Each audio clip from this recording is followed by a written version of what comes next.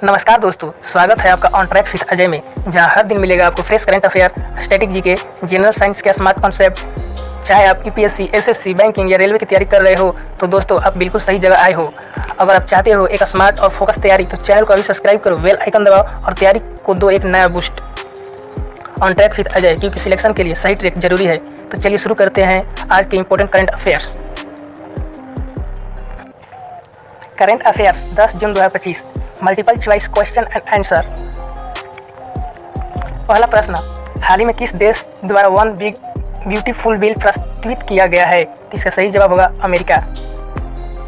दूसरा प्रश्न, प्रधानमंत्री की आर्थिक सलाहकार परिषद के अनुसार 2011 और 2023 के बीच घरेलू प्रवासियों की संख्या लगभग 12% घटकर कितने करोड़ होने का अनुमान है? तो इसका सही जवाब होगा 40.20 करोड़। तीसरा प्रश्न, अंतर्राष्ट्रीय योग दिवस समारोह के भाग के रूप में अखिल भारतीय आयुर्वेदा संस्था योग समावेश विषय पर दिवसीय योग कार्यशाला की मेजबानी करेगा? तो इसका सही जवाब होगा 3। चौथा प्रश्न, किस राज्य के नक्सल प्रभावित आदिवासी गांव कटिझारी को आज़ादी के बाद पहली बार सार्वजनिक परिवहन से जोड़ दिया गया है? तो इसका सही जवाब होगा महाराष्ट्र। पांचवा प्रश्न, किस देश में आयोजित चुनाव सत्यनिष्ठा पर अंतर्राष्ट्रीय लोकतंत्र एवं निर्वाचन सहायता संस्था आइडिया सम्मेलन में भारतीय निर्वाचन आयुक्त ने भाग लेंगे? तो इसका सही जवाब होगा स्वीडन।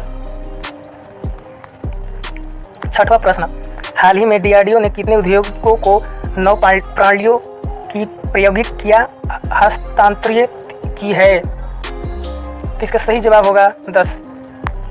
सातवां प्रश्न, हाल ही में जारी कैपजेमिनी रिसर्च इंस्टीट्यूट की वर्ल्ड वेल्थ रिपोर्ट 2025 के अनुसार 2024 में भारत में लगभग कितने नए करोड़पति जुड़े हैं? तो इसका सही जवाब होगा 35,000।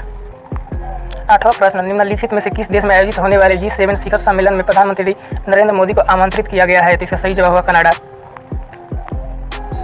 नौवां प्रश्न, भारतीय रिजर्व बैंक द्वारा गोल्ड पर लोन के लिए लोन टू वैल्यू अनुपात को संशोधित कर कितने प्रतिशत कर दिया गया है? तो इसका सही जवाब होगा 85%। 10वां प्रश्न, निम्नलिखित में से किस तारीख को प्रतिवर्ष विश्व प्रत्यायन दिवस मनाया जाता है? तो इसका सही जवाब होगा 9 जून। 11वां प्रश्न, रूसी समाचार एजेंसी TASS की रिपोर्ट के अनुसार रूस ने किस प्रकार की तकनीक का पेटेंट कराया है? तो इसका सही जवाब होगा अंतर्राष्ट्रीय यान ऑर्बिटल स्टेशन से स्वचालित रूप से लॉन्च करने की तकनीक। 12वां प्रश्न, हाल ही में किसने फ्रांस में संयुक्त राष्ट्र महासागर सम्मेलन में भारतीय प्रतिनिधि मंडल का नेतृत्व किया है? तो इसका सही जवाब होगा पृथ्वी विज्ञान मंत्री डॉक्टर जितेंद्र सिंह। 13वां प्रश्न, हाल ही में किस तारीख को विश्व कीट दिवस मनाया गया है? तो इसका सही जवाब होगा 9 जून। 14वां प्रश्न, नीति आयोग की बैठक में किस राज्य ने केंद्रीय करों में 50% हिस्सेदारी और शिक्षा कोष जारी करने की मांग की है? तो इसका सही जवाब होगा तमिलनाडु।